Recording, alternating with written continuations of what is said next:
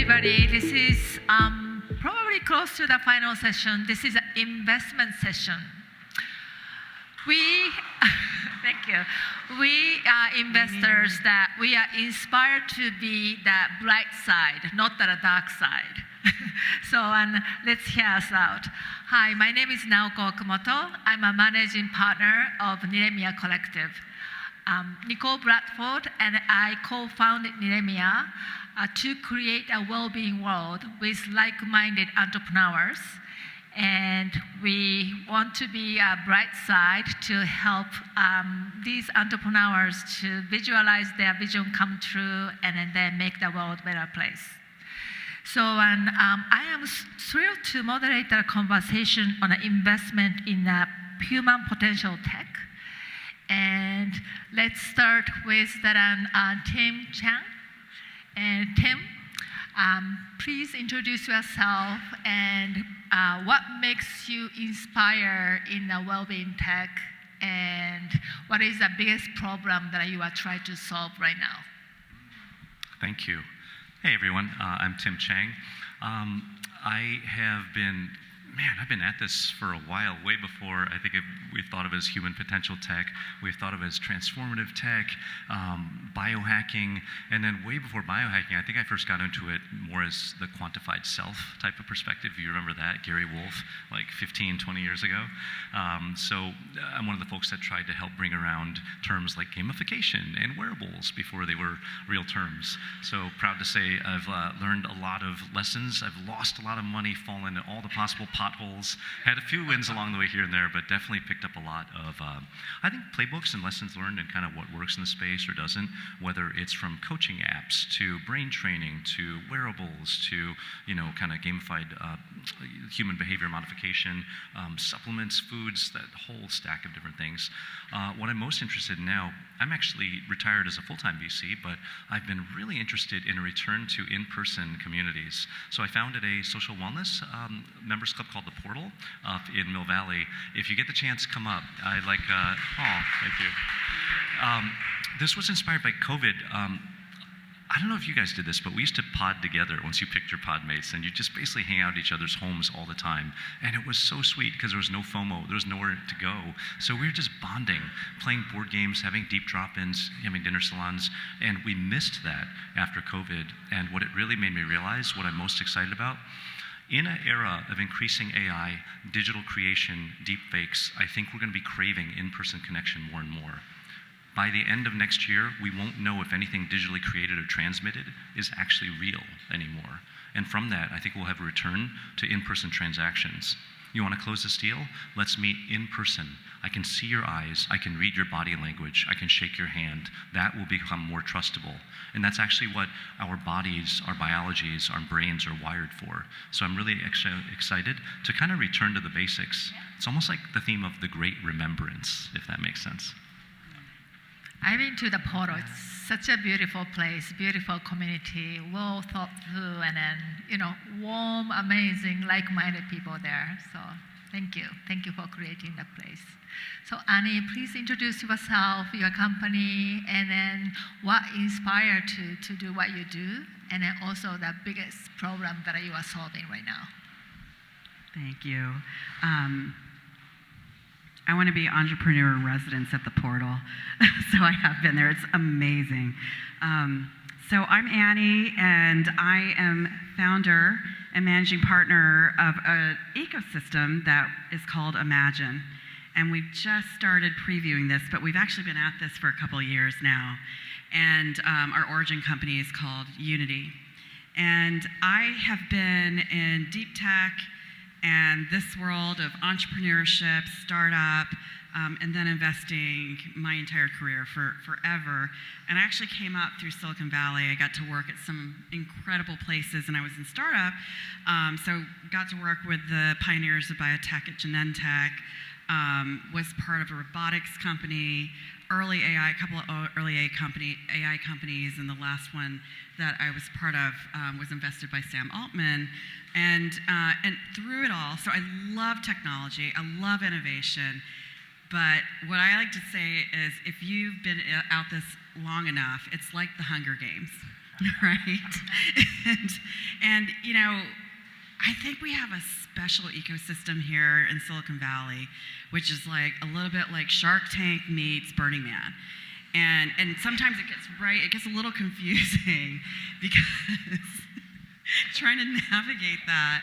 I have been the recipient of some predatory VC practices, and thank God had my incredible tribe here, incredible angels and VCs that stepped in, helped us out, helped us navigate, and more importantly, and I'm going to say some serious things here now.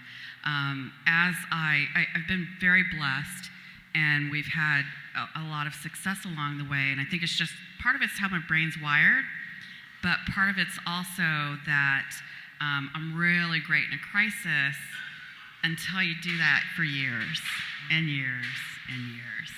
And I ended up really going and diving into a lot around mental health, and because I had PTSD and I didn't know it.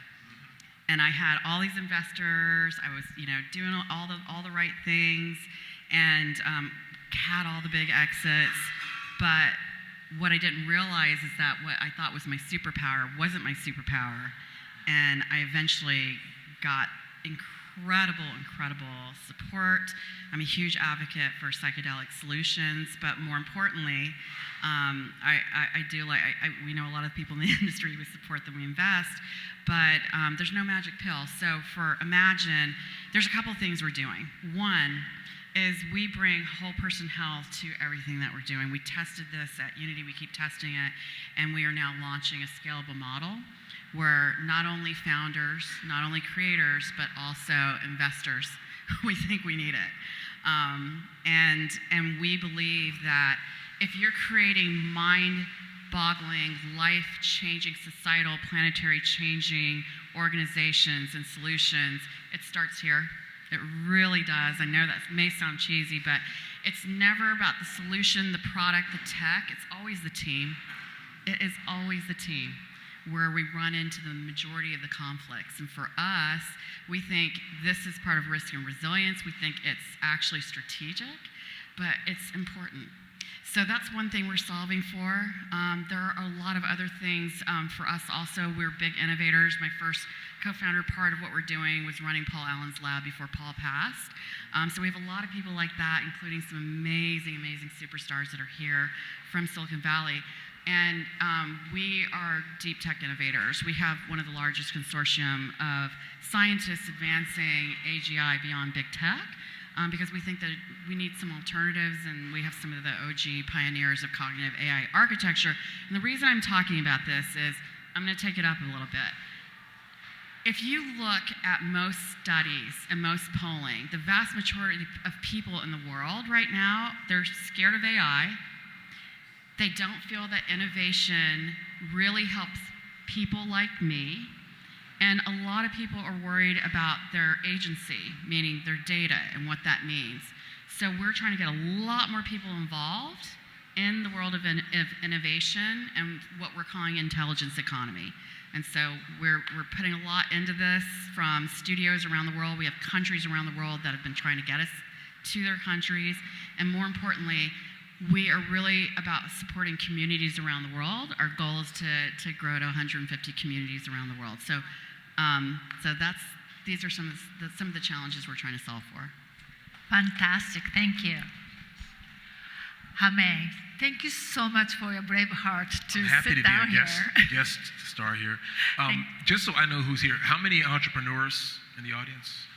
Oh, wow, basically everyone. I love that. How many investors? Okay. Any corporate guys? Like, no corporate guys. I don't think I've ever. Okay, that's pretty amazing. No. Okay. So my name is Hamet Watt. I'm a founder and CEO of Share Ventures. We're a venture fund and a venture studio focused entirely on this space. So we look at the intersection of what we call human performance and frontier technologies. We have two vehicles. We have the lab vehicle, and then we have a fund vehicle. Our investors are people like Google and Amazon, and then some family offices, and some VCs actually are investors in our vehicle.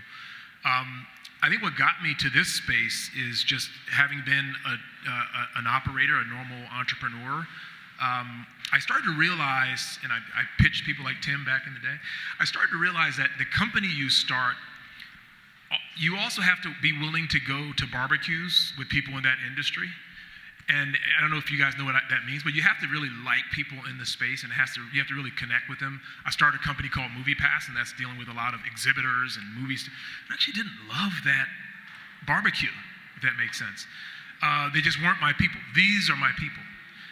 People that are really trying, give it up for your people. Okay. So I found myself, that was one part. The other thing was at a partner at Upfront Ventures, which is a LA-based venture firm, and we were investing in everything at some fantastic investments, companies like Goat and Ring and some household names. But I really only found myself getting excited about the businesses that could move the needle on stuff that everyone in this room cares about. It was human performance, the exciting part of it around getting stronger, faster, smarter, but then also thinking about that entire spectrum, people that are differently abled and the technologies that can unlock people that aren't able to do stuff that the rest of us might be able to do. And it just got to a place where every single deal I saw, even if it was a great deal, if it wasn't in this space, I was just like, I'm not moved. And so I realized I had to start a firm in this space. I'd say one last point that Nicole has done an amazing job bringing this community together. Give it up to Nicole.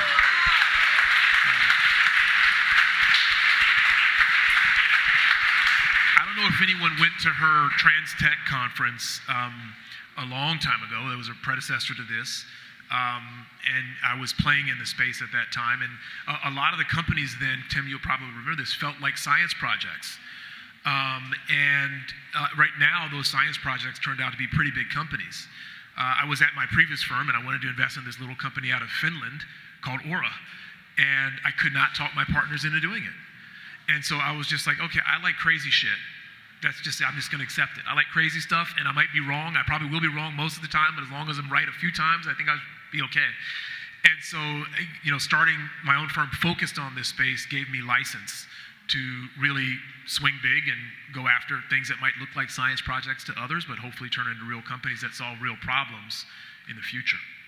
So, thank you. All right, thank you. Thank you so much for the great introduction. So let's dive into what future of human potential really look like. Ready? Okay. So how do each one of you to define the human tech in your investment thesis? Tim, you want to start? What is it again, Naoko?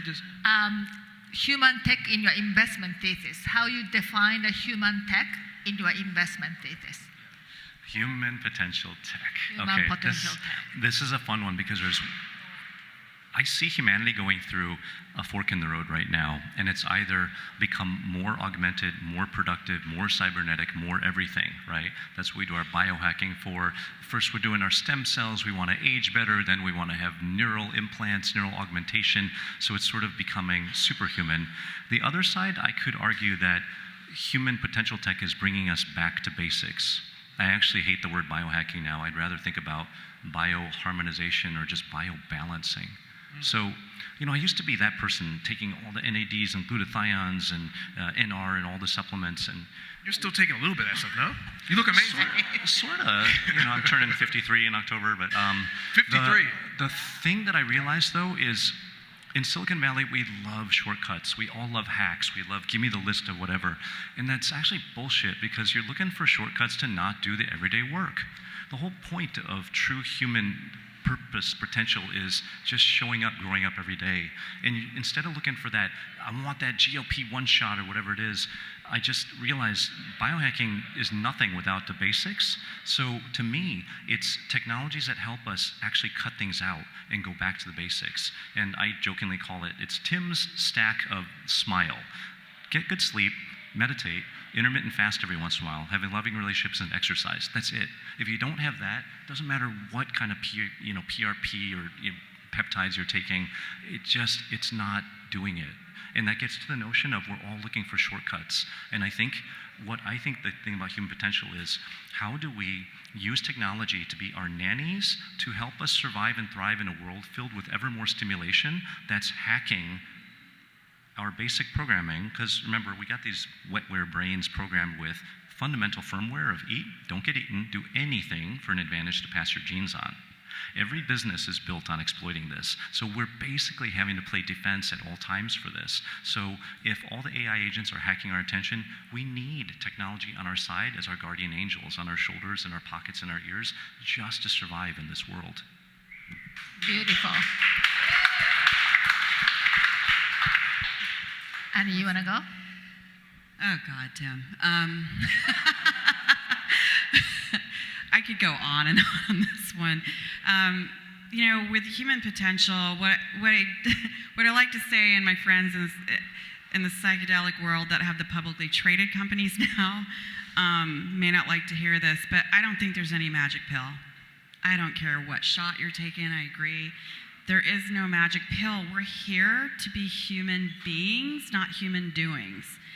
And I truly, it's weird because I've been involved in a lot of these technologies for a long time, and most people who know me, they know I don't care about tech that much. I really don't.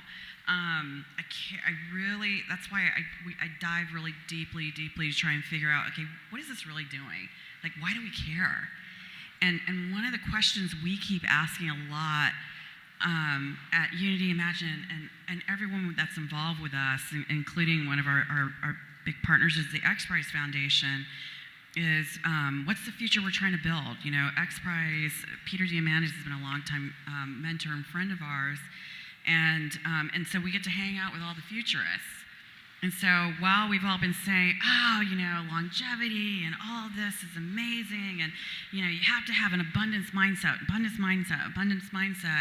And along the way, I'm the one usually asking all the questions like, what can go wrong as well, right? Because we can have an abundant mindset, but as a society, what's the future we want to build? Is it this life? Because as I said before, if you look at, and this is from Edelman Trust, right? They are the trusted source around the world, around human trust in society. And the majority of people around the world are scared of AI, including here in the US. It's like 30% that actually cares about it or thinks that it's helpful. That's only 30%.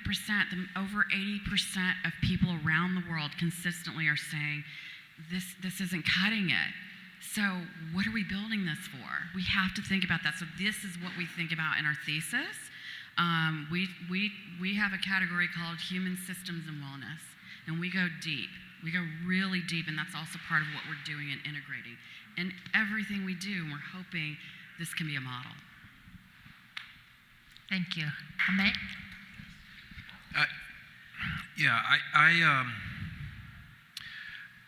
I agree with everything that both of you all said, but I have a slightly different perspective, because I think we're living in a world where there's an incredible paradox, and Nicole in her opening remarks talked about that, where we have this unbelievable growth in technology and innovation, and yet we still have some really, really challenging problems we haven't even put a dent in, and in some cases going the wrong direction. Mental health, and I think to some extent this is what you guys are saying as well, mental health and obesity and all these challenges. I think there's a lot of people that, as it relates to AI, are playing defense, and they're highlighting, as they should, highlighting all the challenges and the downside that can come from AI becoming much more involved in our species. I like to play offense. I think there's so much opportunity to play offense, and so that's what our thesis revolves around. What are those ways that we can solve these problems? How can we get more aggressive about using technology to solve the problems, and instead of playing defense? Thankfully, there are plenty of people that are playing defense and thinking about all the bad things that can happen. But the idea that everyone can have their own doctor, everyone can have their own coach, everyone can have a personalized education modality, we can start to solve some of these big problems around chronic diseases. And at the same time, we can tune it for things that you're describing, Tim. Everyone says, oh, well, if people just fall in love with AI, then there are no relationship. That's a big risk. But obviously it's up to us to decide how we tune the AI to understand the negative ramifications that could come from it.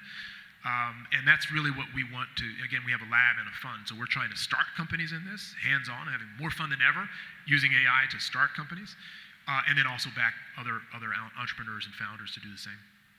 Awesome, thank you.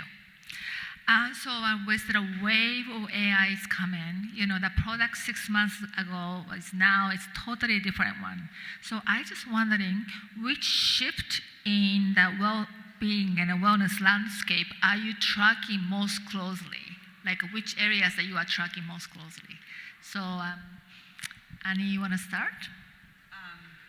So as I said, we get to hang out with a lot of the researchers that have been at this for a long time, especially in AI, but also the convergence of technologies in deep tech. So we go strong, and we dive real deep.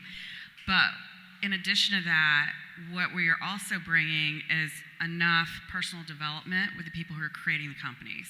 We need it. They need it. We're talking about a new intelligence that's like my friend over here, right?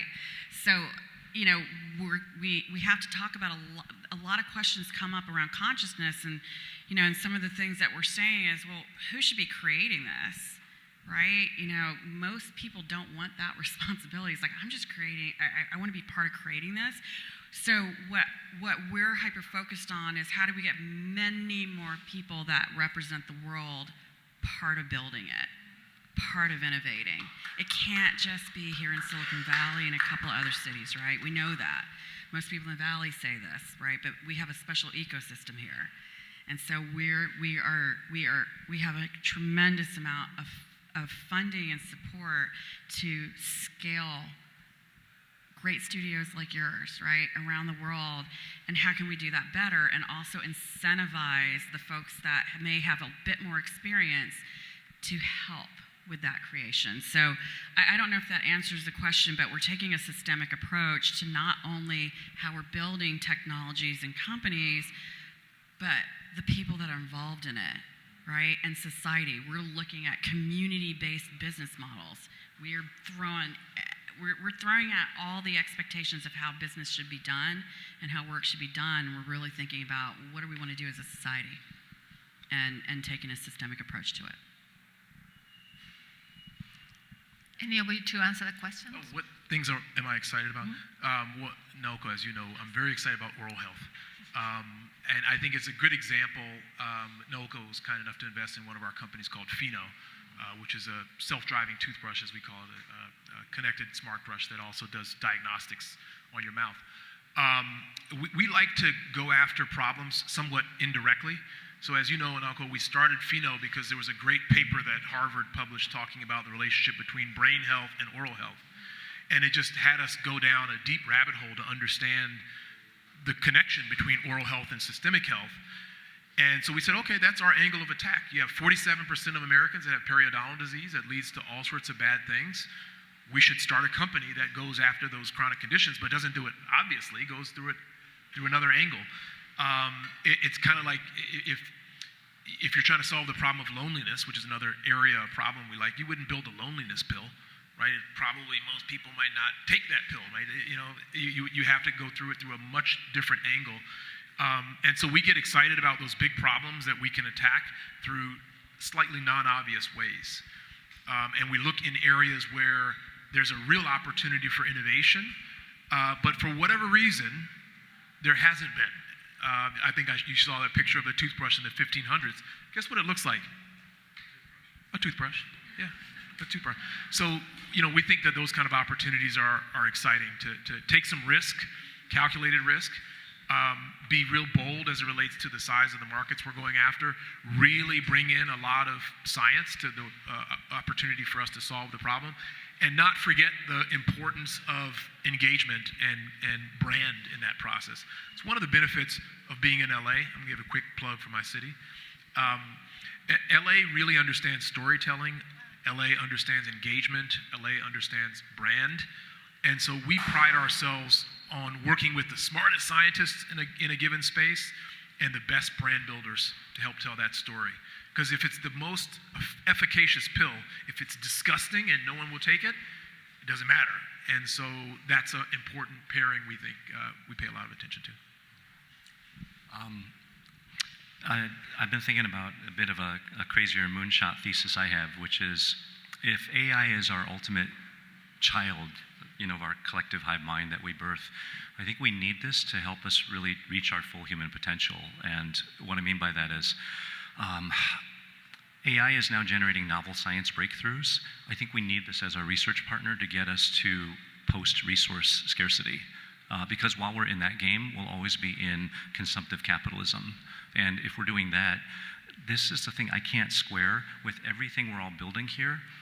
We're taking an old post-scarcity competitive framework and economic model towards things that are expanding our consciousness. Case in point, we're trying to do psychedelic businesses with the same scale fast, break everything, monopoly, IP rights model that goes against the downloads you get in a real medicine ceremony or Vipassana or something. That's why this space has had such problems, because the things we're trying to do to expand consciousness don't align with the energy behind the capital funding it. This is what you faced before, and you face when you pitch VCs. VCs focus only on IRR because we get our monies from LPs who don't give a shit about anything except IRR.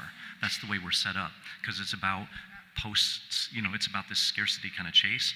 The thing I'm most excited for AI is if maybe in 5 years we can ask GPT-20, please give me 3 viable candidates for commercially scalable, feasible nuclear fusion. Take us to energy scarcity, reduce the need for have wars, get us to why we could have UBI, and then with that, free us up to be in our zone of genius of what we really want to do. And then it's back to philosophical and liberal arts cardinal questions. Who are you? What is your truest form of play and service? What are you here to really do? Those are the questions that have been haunting humanity since the beginning of time, before we got stuck having to work jobs most of us hate just to make a living, to buy shit we don't need, and to throw it in storage. That's the trap of humanity today.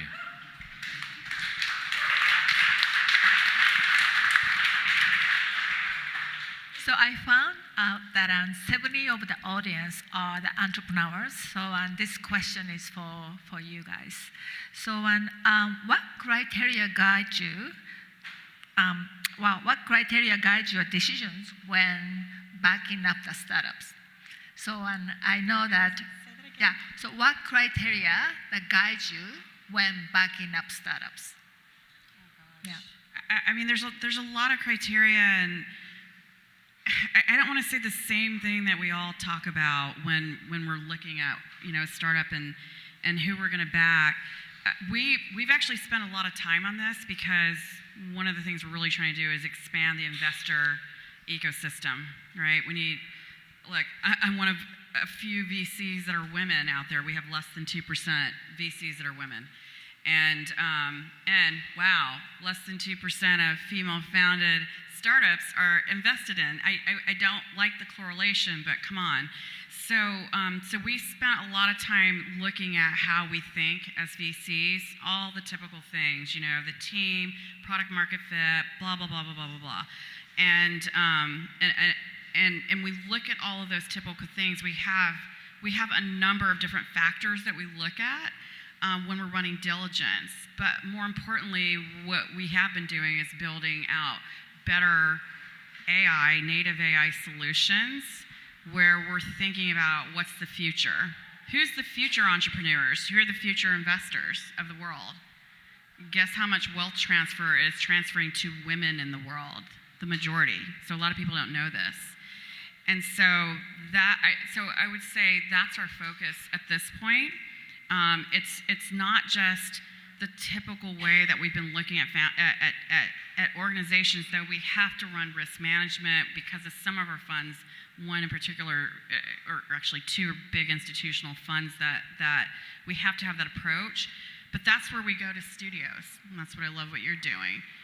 For us, it's you want risk management without the innovation, right? That's why we don't have as much innovation in the world. So we love studios. We love labs. Some of us have commercialized quite a bit in early innovation, so we want to scale that.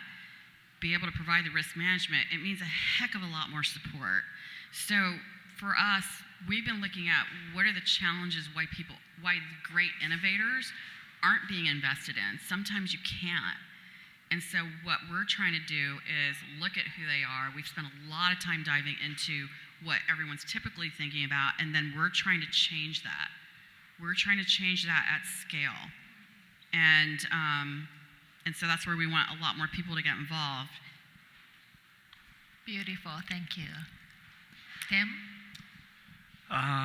Let's see. Old me would have said, I'm looking for like great storytellers and they can attract teams and build unicorns and all this. But I think in this space, if we're really working on things that are good for humanity, the questions I look for, the criteria I always ask founders is, do you know what your core wound is and what have you done on that? Are you in therapy? Do you have a peer support group? Have you done Hoffman? Like, do you meditate? A lot of it's about, do you understand yourself? Because ultimately, startups are an extension of the founder's energy. And gosh, I have a friend who's at one of the big venture firms, and she says she meets hundreds of AI startups every month. And she says time and time again, they're founded by young, male, neurally divergent, skewed towards less empathy and emotional understanding, much of the time without regard for unintended consequences in their attitude. It's a fucking AI arms race. Let's build shit fast and see what happens. That's terrifying. And so, to your point, I think we need to double down on looking at who we're funding, their energy. Do they understand why they're doing it? And also, I think we need more female founders, not because of just abstract diversity, but because and again, not to stereotype, but I find companies built by women have a different energy than by these younger tech bro dudes, and with something as powerful as AI, we're literally building the genie in a bottle. We need the return and rebalancing of the feminine for the sake of the human race, not just for abstract notions of DEI. It's the energy that...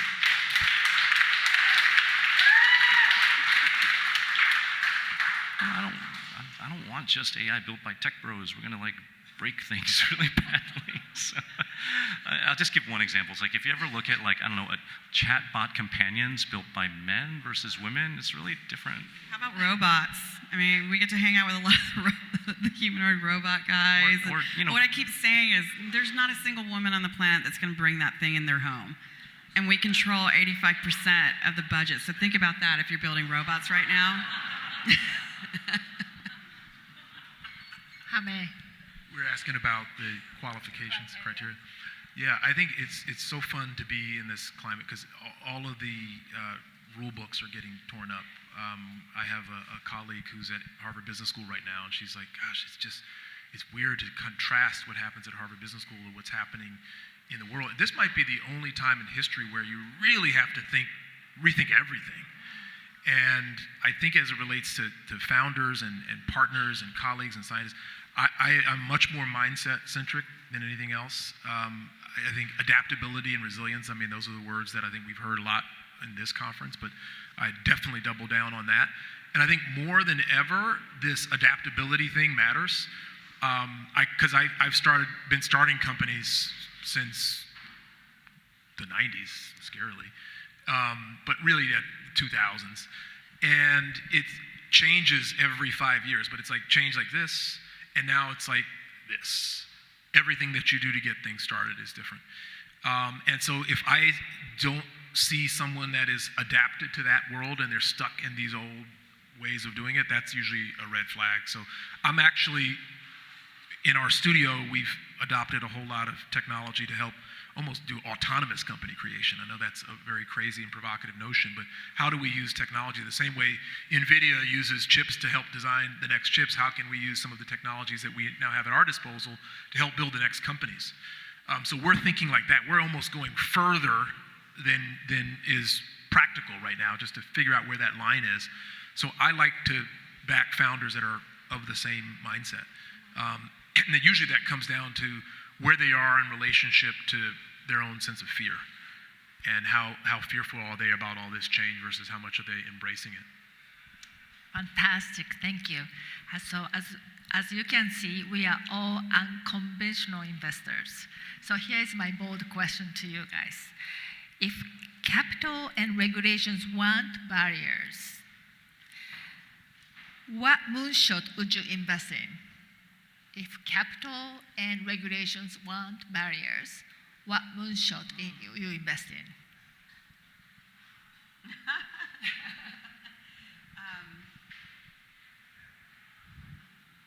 As much as I do love space, and that is an area that a number of our ecosystems involved in,